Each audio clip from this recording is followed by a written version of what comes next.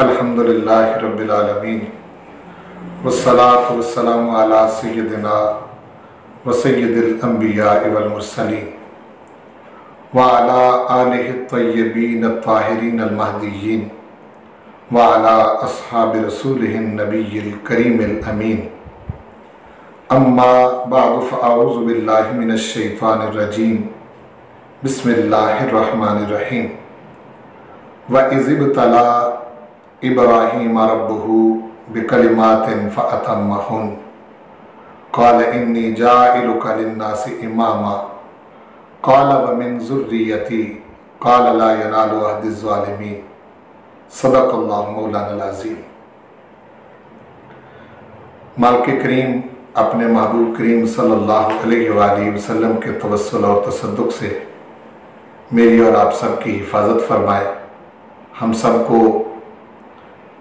अपने आका करीम सल्लल्लाहु अलैहि वसल्लम के अदब और एहतराम में रखे, ज़िंदगी भर बेअदबी और गुस्ताखी से महफूज रखे। सैयदना इब्राहीम अलैहिस्सलाम की याद में ईद कुर्बान सेलिब्रेट की जाती है, मनाई जाती है। हुजूर करीम सल्लल्लाहु अलैहि वसल्लम से पूछा गया, मा हाज़िहिल अज़ाही या रसूल अल्लाह, या रसूल अल्लाह सल्लल्लाहु अलैहि वसल्लम, ये कुर्बानियाँ क्या है? तो आपने फरमाया कि हिया सुन्नत अबीकुम इब्राहीम, ये तुम्हारे बाप इब्राहीम की सुन्नत है। बाज़ औक़ात हम देखते हैं कि कुर्बानी की जो हकीकत है उससे लोग वाकिफ़ नहीं होते। हर चीज़ का एक ज़ाहिर होता है और एक उसका बातिन होता है। नमाज है, रोज़ा है, ज़कात है, हज है, तमाम इबादात की एक ज़ाहिरी सूरत है और एक उसकी बातिनी सूरत है। फैसला हमेशा बातिन के मुताबिक किया जाता है, ज़ाहिर के मुताबिक नहीं किया जाता। ज़ाहिर सिर्फ देखने में हमें दिखाई देता है। एक शख्स ने वज़ू किया, नमाज अदा की और बिल्कुल ठीक उसने अरकान अदा किए, तादील अरकान का पूरा ख्याल रखा, जो कुछ उसने कहना था नमाज में वो भी उसने सही तौर पर कहा। लेकिन अगर उसकी नीयत दिखलावे की है और अगर उसकी नीयत ये है कि लोग मुझे नमाजी कहें, तो इसका मतलब यह है कि उसका ज़ाहिर तो ठीक है लेकिन नमाज का बातिन ठीक नहीं है। और फैसला हमेशा बातिन के मुताबिक होता है। रोज़ा है, इसमें भी यही है। ज़ाहिर तो ये है कि सहरी से लेकर गुरूब आफ्ताब तक आप प्यासे रहें, भूखे रहें, खाने पीने की चीज़ें ना खाएं, इज़दवाजी ताल्लुक़ कायम ना करें। लेकिन उसका बातिन जो है कि जो परवरदिगार रोज़े के ज़रिए पैदा करना चाहता है वो तकवा है और उसी के मुताबिक रोज़े का फ़ैसला होगा कि रोज़ा कबूल है या नहीं है। इसी तरह ज़कात है, उसकी ज़ाहिरी सूरत तो ये है कि माल पर हौलाने हौल गुजर जाए और निसाब पूरा हो तो उसमें से 100 रुपये में से 2.5 रुपये के हिसाब से आप ज़कात निकालें। लेकिन उसकी रूह क्या है? रूह ये है कि माल निकालने के साथ साथ आपकी गर्ज, जिसको आप वो माल ज़कात का दे रहे हैं, आप उससे अपनी कोई गर्ज ना रखें, उससे कोई फ़ायदा हासिल करने की कोशिश ना करें, उससे अपना मफाद ना लें, बल्कि रज़ाए इलाही की खातिर उसको अदा करें। तो उसके मुताबिक फ़ैसला होगा। हज है, उसकी एक ज़ाहिरी शक्ल है, तो ज़ाहिरी शक्ल के मुताबिक फ़ैसला नहीं होगा। देखा जाएगा कि हज की जो रूह है, हज के ज़रिए जो परवरदिगार बंदे मोमिन के अंदर जो चीज़ पैदा करना चाहता है वो उसके अंदर पैदा हुई है या नहीं। बिल्कुल यही सूरत कुर्बानी की है कि आप कुर्बानी की ज़ाहिरी सूरत में कोई जानवर लेते हैं, बकरा लें, दुम्बा लें, मेंढा लें, कोई गाय ज़िबा करें, ऊंट ज़िबा करें, कुर्बानी के जितने भी जानवर हैं वो सब के सब आप लें। उस पर आप कुर्बानी पेश करें जाहिरी सूरत में, उसके गले पर छुरी चलाकर, गोश्त भी आप उसकी सही तकसीम करें, सब कुछ कर लें। लेकिन परवरदिगार तो कुरान मजीद में इरशाद फरमाता है सूरतुल हज में, लन यनालल्लाह लुहुमुहा वला दिमाउहा वलाकिन यनालुहु तक़वा मिनकुम, कि वो जो गोश्त है और उसका खून है वो परवरदिगार तक नहीं पहुंचता, बल्कि वो तकवा जो कुर्बानी करते हुए तुम्हारे दिल की कैफियत है उसको मालिक देखता है कि वो किस तरह से है। अगर आप कुर्बानी से आपका गोश्त हासिल करना मकसद है तो इसका मतलब है आपने कुर्बानी की रूह को नहीं समझा। अगर उससे नमूद और नुमाइश मकसद है कि लोग देखें कि जी इसने बड़ा आलीशान जानवर जो है वो कुर्बान किया है, तो इसका मतलब है आपने कुर्बानी की रूह को नहीं समझा। तो फैसला तो रूह के मुताबिक होगा, और वो तकवा है, दिलों का तकवा है जिसका जिक्र किया है। इसीलिए रसूल करीम सल्लल्लाहु अलैहि वसल्लम ने इरशाद फरमाया कि हिया सुन्नत अबीकुम इब्राहीम, ये तुम्हारे बाप इब्राहीम की सुन्नत है। अब सुन्नत इब्राहीमी एक खास मिजाज है कि बंदे और अल्लाह के दरमियान बड़ी सारी रुकावटें आ जाती हैं। बाज़ औक़ात रिश्तों की रुकावट आती है, बाज़ औक़ात वतन की रुकावट आती है, बाज़ औक़ात औलाद की रुकावट आती है, बाज़ औक़ात माल की रुकावट आती है। तो मिजाज इब्राहीमी ये है कि इब्राहीम अलैहिस्सलाम और मालिक के दरमियान जितनी भी रुकावटें हैं वो सब की सब इब्राहीम अलैहिस्सलाम ने दूर करके हमेशा अपने मालिक की वफादारी का सबूत दिया।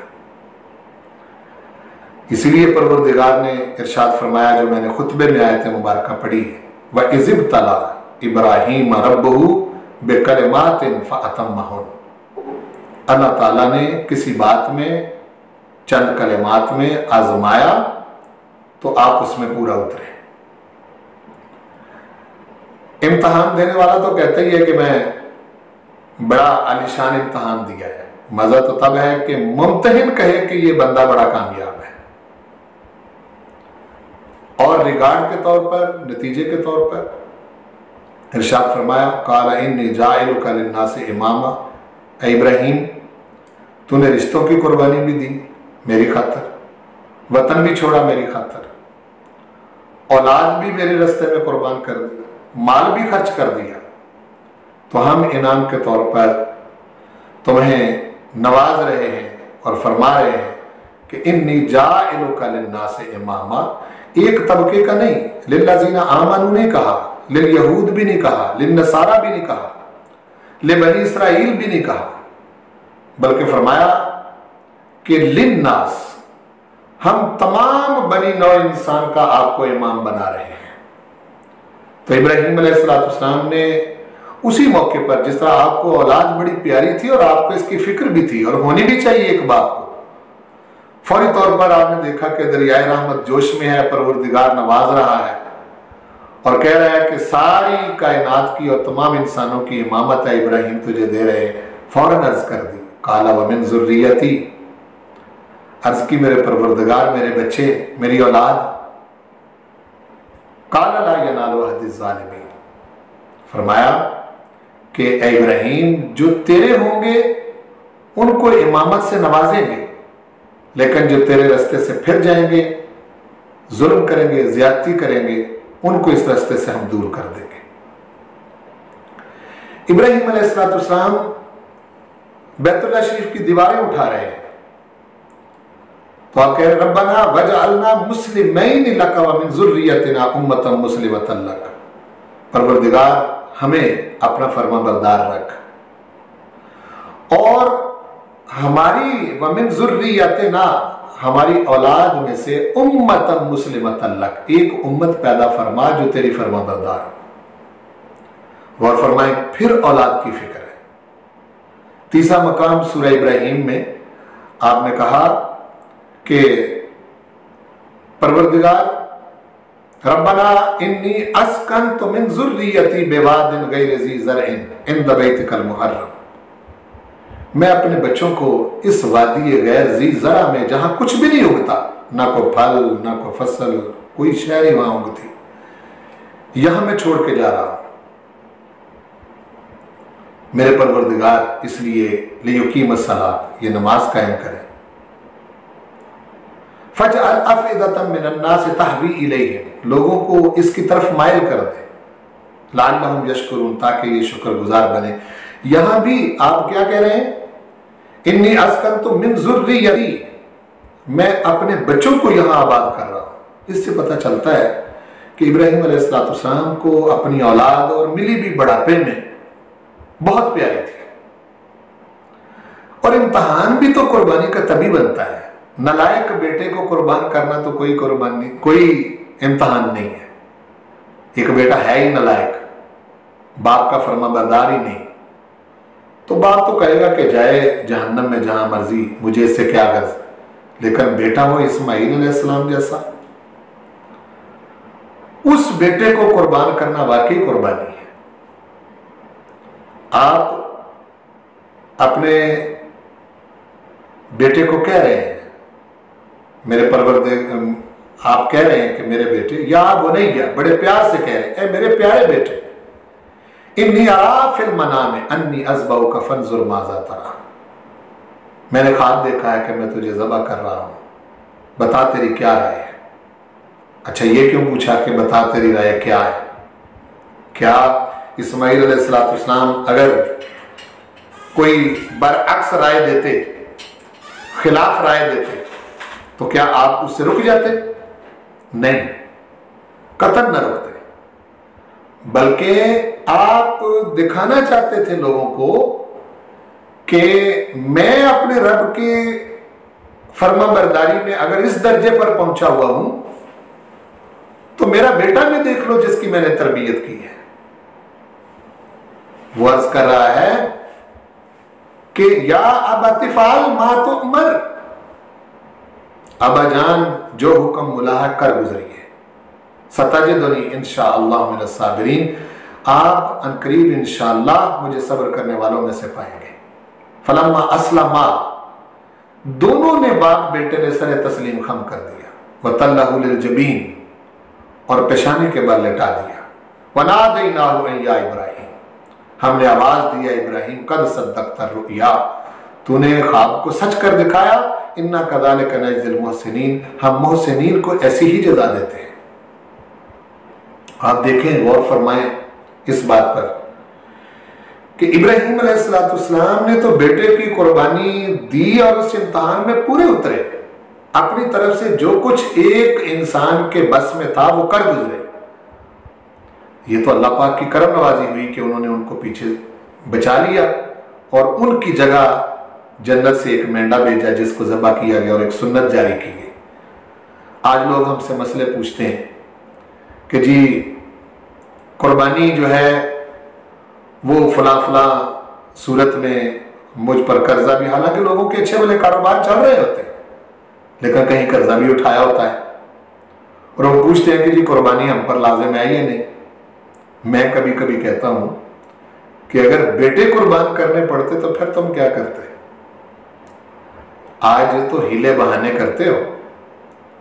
अगर बेटा कुर्बान करना पड़ता तो कितनी दुनिया फेल हो जाती। सारे इब्राहिम तो नहीं ना कि अपने मालिक की बारगाह में हर चीज कुर्बान करते। मुझे याद है, मुझे एक माई साहबा पूछने लगी कि मेरे पास सोना है तो अगर मैं वो बेटियों में बांट दूं फिर तो मुझ पर कुर्बानी लाजम नहीं ना। तो मैंने उस माई साहबा को कहा कि आप गौर करें कि बेटियों को सोना दे के तो कुर्बानी से बचना चाहती है, यानी बेटियों में तकसीम करके कुर्बानी से गुरेज करना चाहती। मैं ये कहता हूं कि कुर्बानी अकल से नहीं समझी जा सकती। खास तौर पर जो इब्राहिम अलैहिस्सलाम ने कुर्बानी अपने बेटे की पेश की वो अकली तौर पर नहीं समझी जा सकती। ये इश्की मामला है। बेखतर कूद पड़ा आतिश नमरूद में इश्क, अकल है महवे तमाशा इलमे बामबी। सारा निज़ाम ही जो है वो इश्क का है। जो बंदा इश्क का मिजाज समझता है वो इस पर एतराज नहीं करता। आज कुर्बानी के मौके पर बड़े बड़े दानिशवर उठ खड़े होते हैं कि जी कुर्बानी के पैसे इकट्ठे करके कोई डैम बना लिया जाए, कुर्बानी के पैसे इकट्ठे करके जो है वो मुल्क का कर्जा उतार दिया जाए, यानी हुक्मरान कर्जे उठाते रहेंगे, ये बाज नहीं आएंगे और हम कुर्बानी के पैसों से वो कर्जे उतारें। ये कैसा मिजाज है? सुन्नतें छोड़कर कोई काम आप नहीं कर सकते। हाँ, मुल्क के अंदर जो ऐसे काम हैं जो सुन्नत के खिलाफ आप कर रहे हैं उनको छोड़ें, उससे कर्जे उतारें, उससे डैम बनाएं। इसके बारे में तो परवरदिगार ने फैसला कर दिया, वतरकना अलैहि फिल आखिरीन, इब्राहिम जो कुर्बानी तूने पेश की है हम इसको पिछलों में जारी रखेंगे। ये कोई माई का लाल पैदा ही नहीं हुआ जो इस सुन्नत को बंद कर सके। तो परवरदिगार हमें शौक ज़ौक़ के साथ और इश्क और मोहब्बत के साथ अपनी कुर्बानियाँ अपने मालिक की बारगाह में पेश करने की तौफीक नसीब फरमाए। वमा अलैया इल्लल बलाग।